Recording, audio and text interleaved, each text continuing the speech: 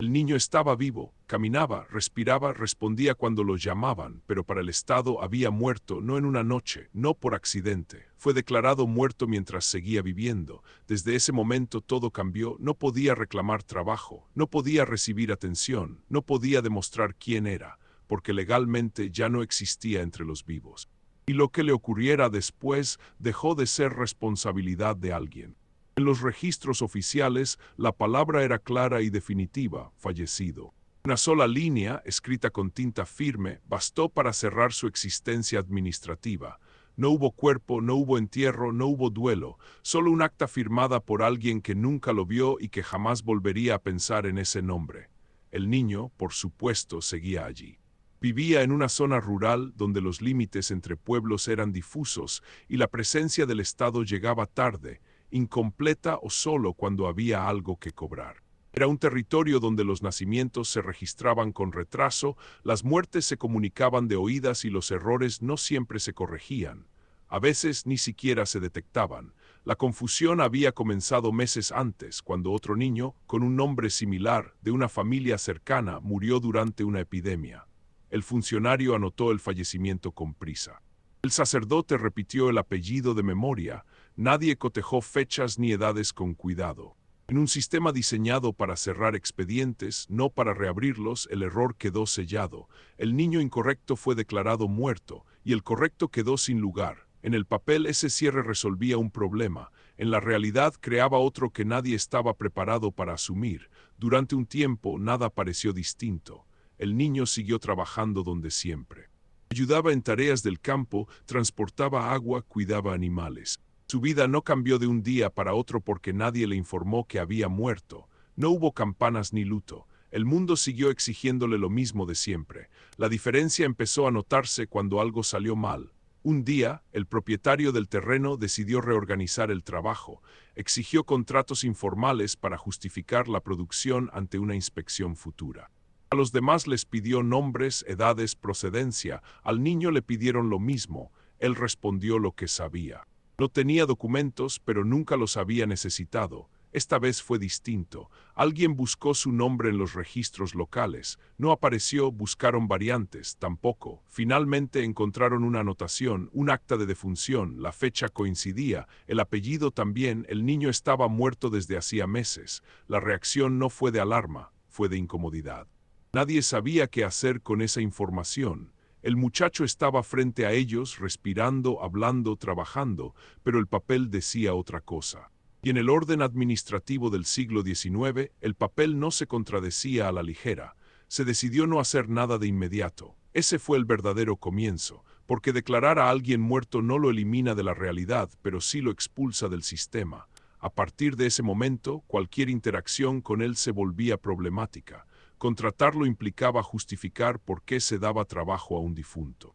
Pagarle suponía dejar un rastro contable. Llevarlo a un médico habría preguntas que nadie quería responder, así que empezaron a evitarlo, no de forma explícita, no con violencia, simplemente dejándolo fuera de las decisiones. Cuando había reparto de tareas, se le asignaban las que no requerían registro. Cuando faltaba comida, era el primero en quedar fuera. Cuando se hablaba de futuro, no se lo incluía. La muerte administrativa no necesitaba confirmación diaria, bastaba con no contradecirla. ¿Te imaginas lo que significa seguir viviendo mientras todos actúan como si no debieras estar allí? La historia no se vuelve extraña de golpe, se vuelve silenciosa. El niño empezó a notar que su presencia generaba miradas esquivas. No reproche, no miedo. Algo peor, cálculo. Cada adulto que lo observaba evaluaba, sin decirlo, el riesgo de reconocerlo, porque reconocerlo implicaba admitir el error. Y admitir el error implicaba abrir un expediente. Nadie quería ser el primero. En el siglo XIX, corregir una muerte registrada no era sencillo.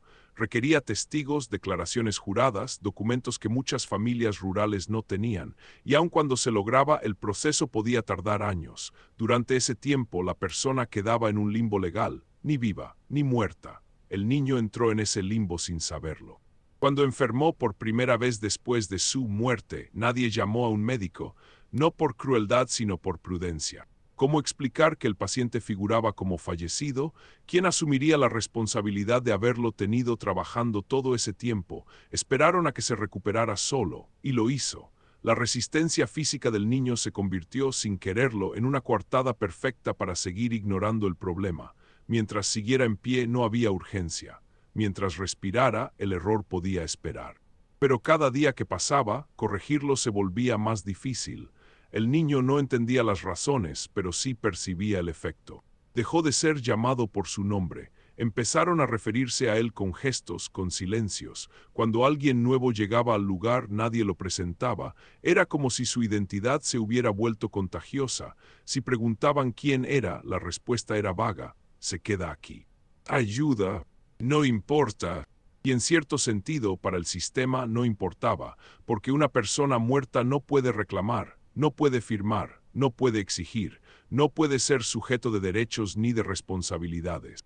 Todo lo que haga o le hagan ocurre fuera de las consecuencias legales. Ese es el verdadero peso de una muerte administrativa. El niño seguía trabajando, pero ahora sin marco alguno. Si algo se rompía, no había contrato que lo protegiera. Si se lesionaba, no había institución que respondiera. Si desaparecía, no habría búsqueda. El sistema ya había cerrado ese caso. A veces el muchacho escuchaba fragmentos de conversaciones, palabras sueltas, registro, error, mejor no mover eso. No entendía el alcance, pero sentía la tensión. Algo en él se había vuelto inconveniente. Hubo un intento breve y mal planteado de corregir la situación. Un pariente lejano sugirió ir a la oficina local, presentar testigos, aclarar el error, pero la idea murió rápido. El funcionario encargado ya no estaba. El archivo había sido trasladado. Y nadie podía garantizar que el resultado fuera favorable, porque existía un riesgo real, que al intentar demostrar que estaba vivo se descubriera que no debía haber estado trabajando, ni viviendo allí, ni circulando. El error podía volverse culpa, y la culpa en ese contexto tenía consecuencias, así que se eligió la opción más cómoda, dejar las cosas como estaban. El niño, mientras tanto, crecía, no celebraba cumpleaños. No acumulaba recuerdos oficiales, su vida avanzaba sin marcas visibles, era un presente continuo, sin pasado reconocido y sin futuro imaginable. Cuando veía a otros niños ir a la escuela, sabía que ese camino no estaba hecho para él, no por falta de capacidad, sino porque no había dónde inscribirlo. Cuando escuchaba historias de herencias, entendía que nunca sería parte de ellas. Un muerto no hereda. Poco a poco la idea empezó a filtrarse, no en palabras, sino en sensaciones. Algo estaba mal con su existencia. No era solo pobreza. No era solo abandono, era otra cosa. Una especie de negación que no se veía, pero se sentía en cada interacción. Si ahora te pregunto quién es responsable de lo que le estaba ocurriendo, la respuesta no es clara. No hay un villano evidente. No hay una escena única donde todo se arruina. Hay, en cambio, una cadena de decisiones pequeñas, cada una razonable por separado, que juntas crean una trampa perfecta. Eso es lo que hace peligrosa a una muerte administrativa. No necesita intención. El niño no sabía que había sido declarado muerto. Nadie se lo dijo, y quizá eso fue lo más cruel. Vivía sin entender por qué el mundo empezaba a cerrarse a su alrededor, por qué su presencia incomodaba, por qué su nombre había dejado de circular. Pero el sistema sí lo sabía, y mientras el papel siguiera diciendo fallecido, todo lo demás podía ignorarse. En ese punto de la historia todavía había una posibilidad de corregirlo todo, difícil, costosa, incómoda. Pero posible. Sin embargo, como ocurre con muchos errores burocráticos, esa posibilidad se fue diluyendo con el tiempo. Cada día que pasaba, el niño se alejaba un poco más del mundo de los vivos reconocidos, y sin saberlo se acercaba a un lugar del que ya no se vuelve. Si hasta aquí todo te parece absurdo, espera, porque esto no es el final del error, es solo el comienzo de sus consecuencias. El problema de estar muerto en los registros es que el mundo empieza a tratarte como a alguien que ya no debería ocupar espacio. No ocurre de golpe, no hay una orden explícita. Es una suma de pequeños desplazamientos, de silencios que se alargan, de decisiones tomadas sin mirarte. El muchacho siguió trabajando, pero ahora siempre en los márgenes, donde no se anotaba nada. Donde nadie hacía preguntas, si había que cargar algo pesado, lo llamaban. Si había que limpiar después de que los demás se iban, también, nunca delante de visitas, nunca cuando alguien pudiera notar que existía. El error administrativo empezó a moldear su vida con una precisión inquietante. Cuando necesitaban justificar su ausencia, decían que no estaba.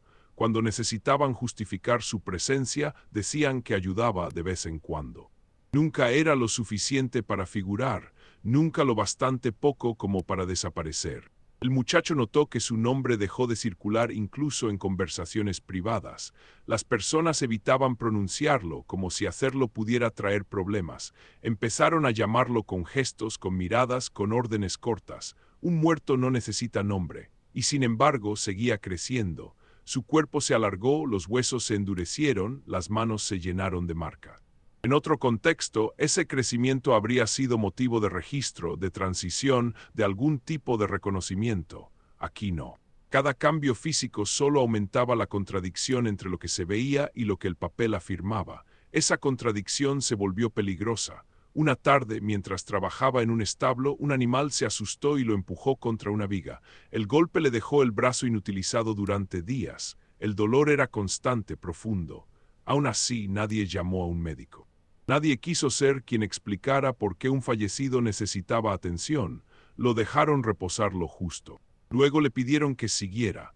Trabajó con un solo brazo, aprendiendo a compensar el peso, a ocultar el dolor, no por valentía, por necesidad. Un muerto no puede darse el lujo de dejar de ser útil. Ese episodio marcó algo en la forma en que lo miraban. Ya no solo era incómodo, empezó a ser desechable, porque si algo le ocurría de verdad, no habría consecuencias.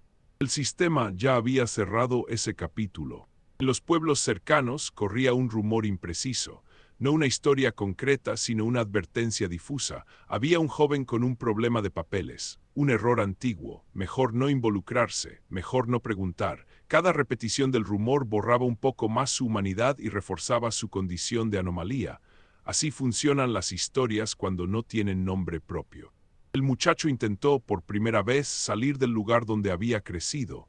Pensó que lejos el error no lo alcanzaría, que podría empezar de nuevo. En otro pueblo ofreció trabajo, lo aceptaron por unos días. Todo iba bien hasta que pidieron datos para un pago más formal. Cuando no pudo darlos, el interés se evaporó. En otro sitio ni siquiera llegaron a preguntarle. Alguien reconoció el apellido, alguien recordó el acta. No hizo falta decir nada más. La muerte administrativa viajaba con él.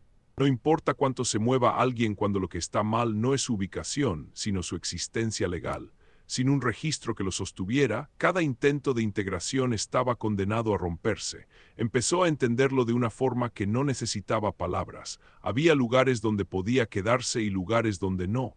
Las reglas no estaban escritas, pero se cumplían con una consistencia absoluta. Siempre al margen, siempre sin rastro. Si te detienes a pensarlo, esa es una de las formas más eficaces de control. No hace falta encerrar a alguien si el mundo entero funciona como una puerta cerrada. Con el tiempo, el muchacho fue enviado a trabajos más aislados, lugares donde no pasaba nadie, donde no había registros, ni testigos, ni visitas. La lógica era simple. Cuanto menos visible fuera, menos probable sería que alguien intentara corregir el error.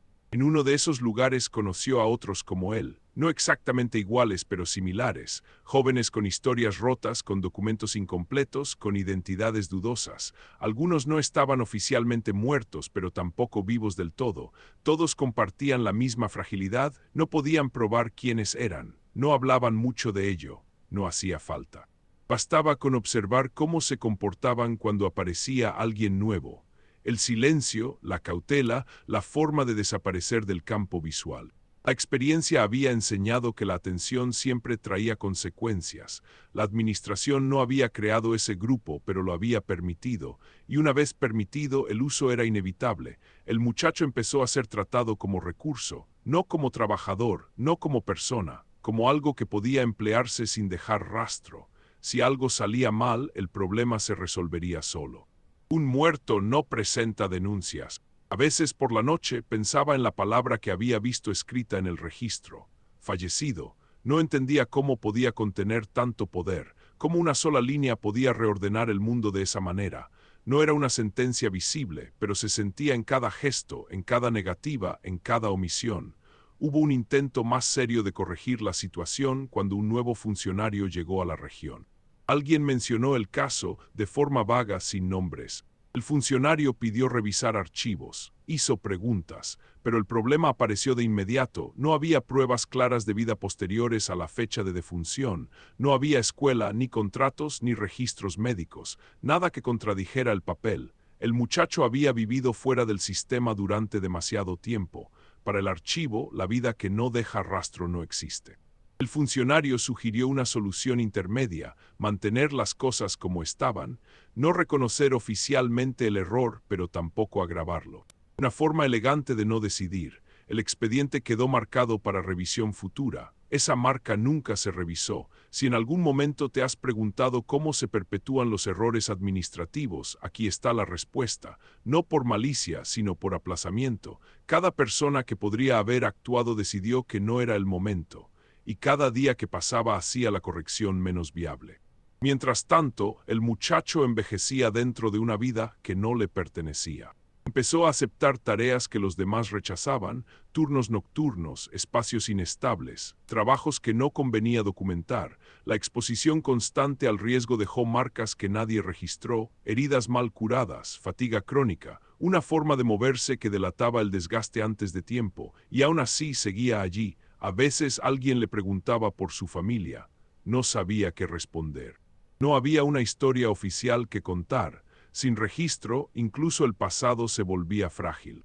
Lo único sólido era el presente, y ese presente estaba diseñado para no durar. Si has llegado hasta aquí, es posible que te preguntes cuánto tiempo puede sostenerse una vida así antes de romperse. La respuesta no es clara. Algunas personas resisten más que otras, no por fortaleza, sino por inercia. Mientras el cuerpo responda, el sistema no siente la necesidad de intervenir. Pero la inercia tiene límites. El muchacho empezó a desaparecer de los lugares donde antes era habitual verlo, no de forma repentina. Primero faltaba un día, luego dos, nadie preguntaba, nadie llevaba la cuenta. Un muerto no genera ausencias. Cuando volvió a aparecer estaba cambiado, más delgado, más silencioso. Algo en él parecía haberse replegado. Como si entendiera, finalmente, que su supervivencia dependía de no llamar la atención. En ese punto, la historia deja de ser solo un error y se convierte en un mecanismo. Un mecanismo que funciona precisamente porque nadie lo supervisa, porque nadie es responsable, porque la muerte administrativa no exige seguimiento. Y así, mientras el registro seguía afirmando que había fallecido, el muchacho continuaba viviendo en un estado que no era vida ni muerte. Un espacio intermedio donde todo era posible y nada estaba garantizado.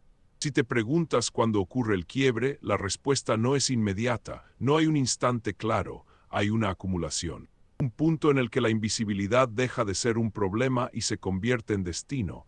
Ese punto estaba cada vez más cerca, y cuando llegó, no lo hizo con violencia.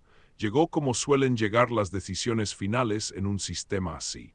Con una notificación, una revisión, y la necesidad de cerrar lo que llevaba demasiado tiempo abierto. El cierre llegó de la misma forma en que todo había empezado, como un trámite. No hubo urgencia, no hubo alarma, solo una revisión programada, motivada por un cambio de jurisdicción y la necesidad de ordenar archivos antiguos que llevaban años sin tocarse. En una oficina distante, alguien encontró un expediente marcado para revisión futura, un caso incompleto. Un nombre asociado a una defunción sin respaldo sólido. El tipo de irregularidad que no podía permanecer abierta indefinidamente. Cuando el funcionario leyó la anotación, no pensó en una persona, pensó en un error pendiente. Pidió información adicional, solicitó confirmaciones, preguntó si existían registros posteriores a la fecha de fallecimiento. La respuesta fue clara: no lo sabía, ninguno verificable, ninguno oficial. Eso bastó. Desde el punto de vista administrativo, el caso estaba resuelto desde hacía años. La revisión no buscaba corregir la muerte, sino reafirmarla, porque un sistema que duda de sus propios registros pierde autoridad. Se decidió cerrar definitivamente el expediente. Mientras tanto, el muchacho seguía trabajando en un lugar cada vez más aislado. Nadie le informó de la revisión, nadie tenía motivos para hacerlo. Para él nada parecía distinto, pero algo había cambiado. Las tareas eran menos, las presencias más esporádicas, como si el mundo empezara a retirarse. Un día le dijeron que ya no hacía falta que volviera. No hubo explicación extensa, no hubo conflicto, solo una frase breve dicha con incomodidad. El lugar debía regularizarse. No podían mantener a alguien que no figuraba en ningún sitio. El riesgo ya no era solo económico, era administrativo. El muchacho no discutió, no tenía desde dónde hacerlo. Salió sin documentos, sin destino, sin un punto al cual regresar. Por primera vez estaba completamente fuera de cualquier estructura, incluso de las informales. La muerte administrativa, que durante años lo había mantenido en un limbo funcional, ahora lo expulsaba. Intentó quedarse en otros lugares. Repitió el mismo patrón: trabajo ocasional, estancias breves, preguntas que siempre terminaban igual. Sin papeles no había forma de justificar su presencia. Sin presencia justificable no había permanencia. La palabra fallecido seguía operando incluso sin ser pronunciada. Con el paso de los meses el cuerpo empezó a fallar, no de manera súbita, sino acumulativa. Años de desgaste sin atención médica, heridas nunca tratadas, fatiga constante. El organismo había sostenido lo que pudo mientras fue útil, ahora ya no. Una mañana no logró levantarse. Quedó tendido cerca de un camino secundario, lo suficientemente visible como para ser notado, pero no lo bastante importante como para generar urgencia. Alguien se detuvo, preguntó quién era, no obtuvo una respuesta clara. Llamaron a una autoridad local, el procedimiento fue correcto, se solicitó nombre, origen, algún tipo de identificación, nada coincidía. Se revisaron registros, apareció el acta de defunción, antigua, clara, definitiva. El cuerpo fue trasladado, no como paciente, como anomalía. En la dependencia correspondiente, el caso fue evaluado con el mismo criterio que todos los demás. No se trataba de salvarlo, sino de clasificarlo. La pregunta central no era qué le ocurría, sino bajo qué categoría debía archivarse. La conclusión fue técnica. Si figuraba como fallecido y no existían pruebas administrativas de vida posterior, el Estado no podía reconocer una excepción sin abrir un precedente. Y los precedentes son peligrosos para los sistemas cerrados. Se decidió mantener el estatus original. El muchacho murió poco después. No hay constancia exacta del momento, no hay certificado completo, no hubo investigación, legalmente no había fallecido nadie. El sistema no podía registrar una segunda muerte para alguien que ya constaba como muerto. El expediente fue cerrado, correctamente, sin errores.